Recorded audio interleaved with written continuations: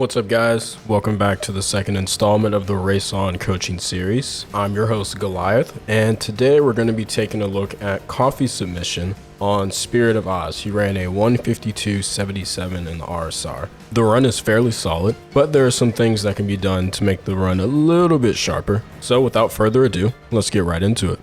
Tip number 1. So I noticed you're running low downforce for the entirety of the race, but that is not necessarily the most optimal way of doing this race for every corner. So let's take this corner for example. I like your aggression with the nitrous. You're using it as soon as you can. However, because you're running low downforce, it's also kind of pulling you outwards. If you run your downforce at least more towards the middle, you can have a little bit more flexibility with dodging cars that kind of pop up at the last second. Hitting this box truck did cost you a bit of time. Tip number 2.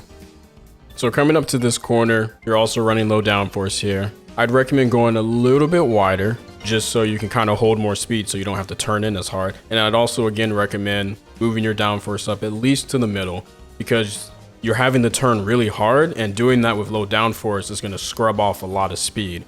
Flip the downforce up a little bit higher, you'll hold way more pace. Final tip.